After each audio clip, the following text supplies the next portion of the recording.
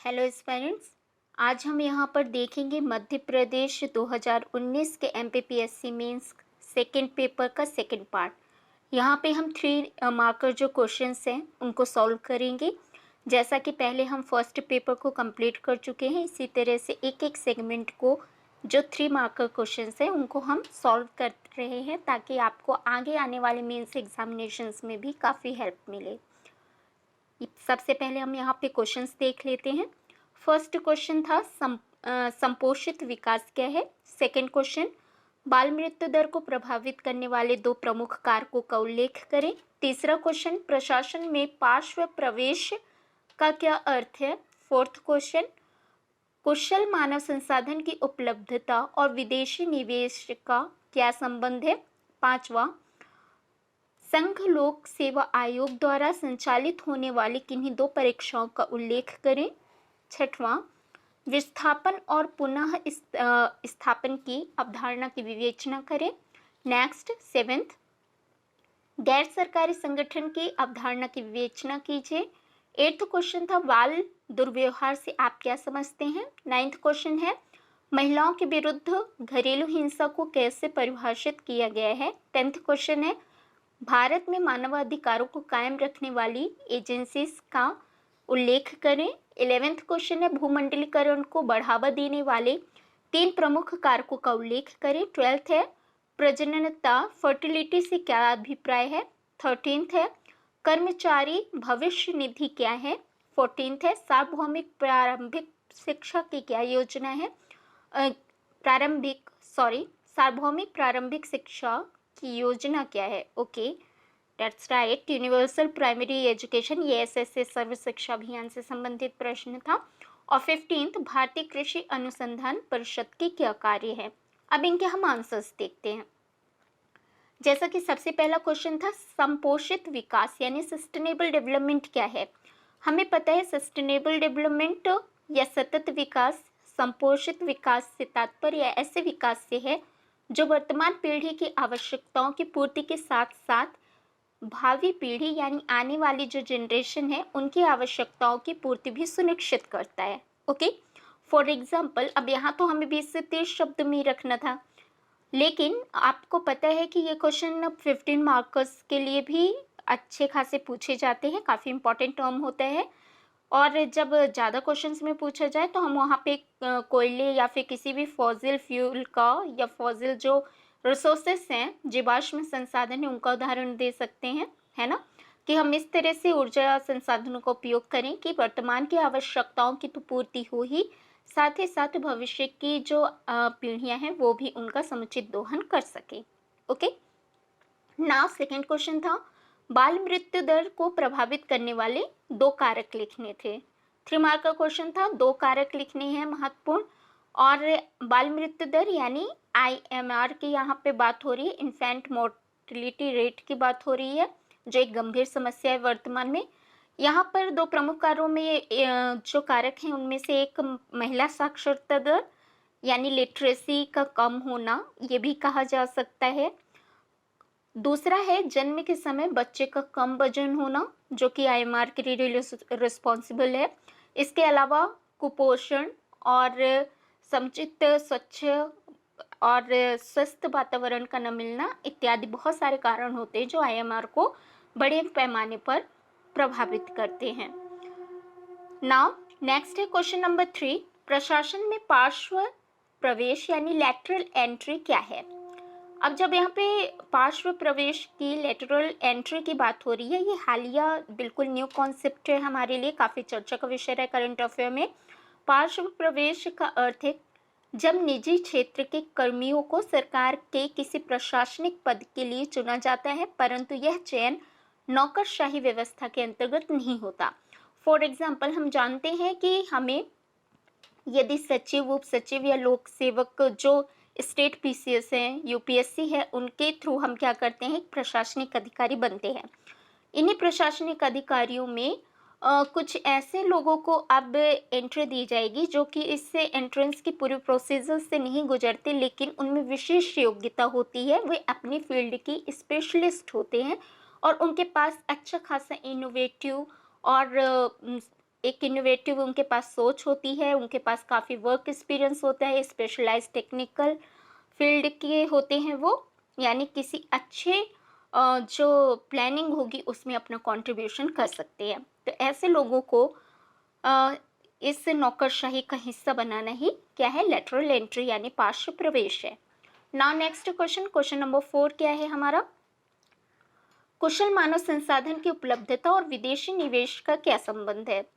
विदेशी निवेश को कुशल मानव संसाधन सदैव आकर्षित करते हैं, जिसका कारण गुणवत्ता युक्त या किफायती और सस्ते व समय ऊर्जा की बचत के साथ पूंजी व व्यापार का तुलनात्मक रूप से बढ़ना है। उदाहरण बीपीओ।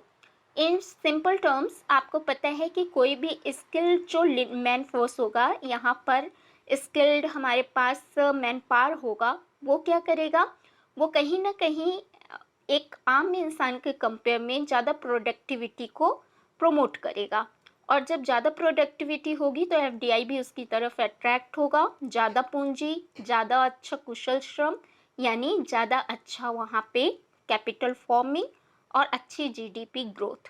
ओके, नाउ नेक्स्ट, और बीपीओ यहाँ पे बहुत अच्छा एग्जाम्पल ही है। आपको पता है बिजनेस प्रोसेसिंग आउटसोर्सिंग, जैसे कि यहाँ बीपीओ केपीओ चलते हैं, बाहर की कंपनी से इन्वेस्ट करते हैं, सस्ता श्रम मिलता है, अच्छा क्वालिटेटिव श्रम मिलता है और उनको वो इन्वेस्ट कर रही हैं, बदले में उनको अच्छा खासा कैपिटल जनरेट हो रहा है। ओके, और दूसरे लोगों को भी जो कुशल मानव हैं, स्किल्ड मैन फोर्सेस हैं, उनको अच्छी पेमेंट मिल रही है और रोजगार मिल पा रहा है।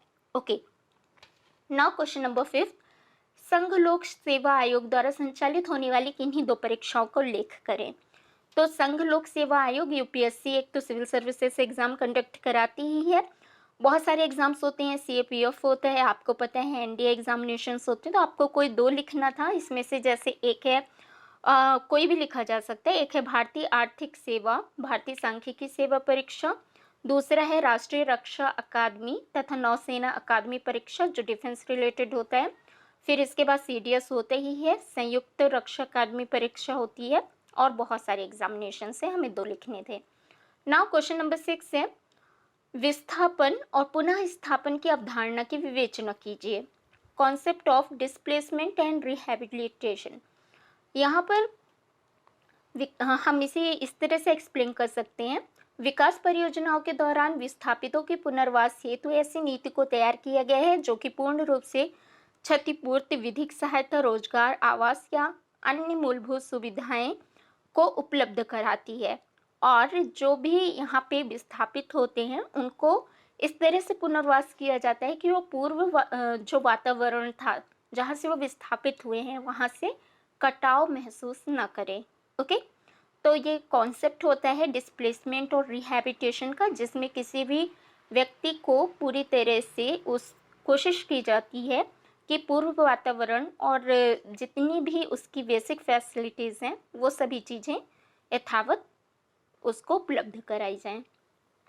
नाउ नेक्स्ट क्वेश्चन नंबर 7, गैर सरकारी संगठन एनजीओ, नॉन गवर्नमेंटल ऑर्गेनाइजेशन का कॉन्सेप्ट यहाँ पे लिखना था।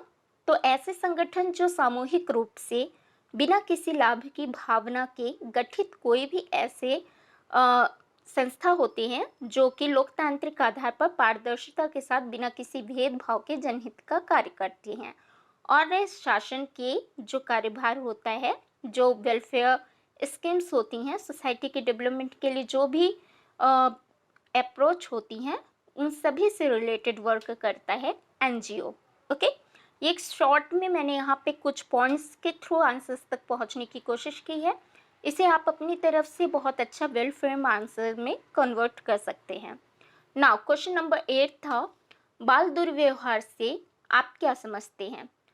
चाइल्ड अब्यूज़ क्या होता है, बच्चों के साथ शारीरिक, मानसिक, लैंगिक अथवा भावनात्मक स्तर पर किए जाने वाला किसी भी प्रकार का दुर्व्यवहार बाल दुर्व्यवहार कहलाता है। ओके, नाउ क्वेश्चन नंबर 9 था, महिलाओं के विरुद्ध घरेलू हिंसा को कैसे परिभाषित किया गया है।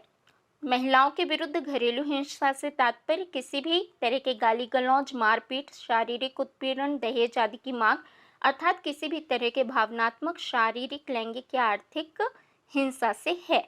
Okay, now question number 10, Bharat में मानवाधिकार को कायम रखने वाली एजेंसी का उल्लेख करना था।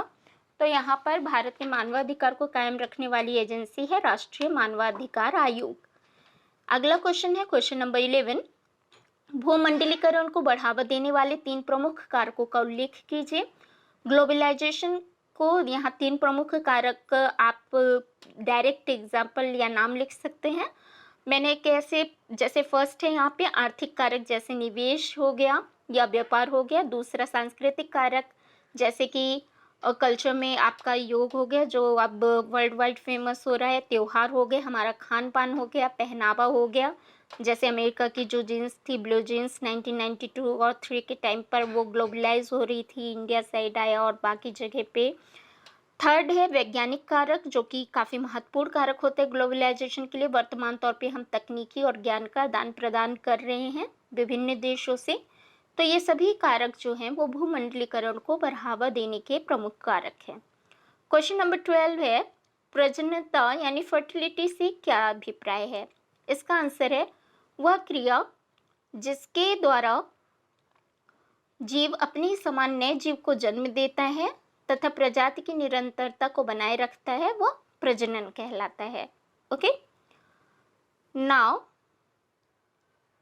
नेक्स्ट है क्वेश्चन नंबर 13, कर्मचारी भविष्य निधि क्या है? कर्मचारी भविष्य निधि यानी कि एम्प्लॉय प्रोविडेंट फंड भारत सरकार द्वारा अनिवार्य अंशदायी पेंशन योजना है जिसके अंतर्गत भविष्य निधि में कर्मचारी के मासिक वेतन का एक छोटा हिस्सा एक शेयर नियमित रूप से जमा करके वित्तीय सुरक्षा और स्थिरता प्रदान की जाती है। नेक्स्ट क्वेश्चन है 1.14, सार्वभौमिक प्रारंभिक शिक्षा की योजना क्या है? तो यहाँ पर सार्वभौमिक प्रारंभिक शिक्षा योजना से तात्पर्य शिक्षा का सभी के लिए अनिवार्य एवं निःशुल्क रूप से उपलब्ध होना है। 86th कॉन्स्टिट्यूशन अमेंडमेंट द्वारा 6 ईयर से लेकर के 14 ईयर तक के जो बच्चे हैं उन्हें निःशुल्क सर्व शिक्षा अभियान के तहत शिक्षा देने का लक्ष्य रखा गया। नाउ लास्ट क्वेश्चन 15, भारतीय कृषि अनुसंधान परिषद के क्या कार्य हैं? यहाँ पर ICAR का कार्य बताना था। इसके मुख्य कार्य हैं, पहला नंबर कृषि विभाग अनुसंधान, समन्वय और दिशा निर्देश का कार्य करना, प्रोत्साहन और प्रसार करना, नए कृषि विश्वविद्यालय और अनुसंधान संस्थानों की स्थापना करना। इस तरह से हमने यहाँ पे ये 3 मार्कर के 15 क्वेश्चंस को देखा जिन्हें 20 से 30 शब्दों में लिखना था। होप सो आपको ये काफ़ी हेल्प करेगा आपके आंसर राइटिंग में। Thank you.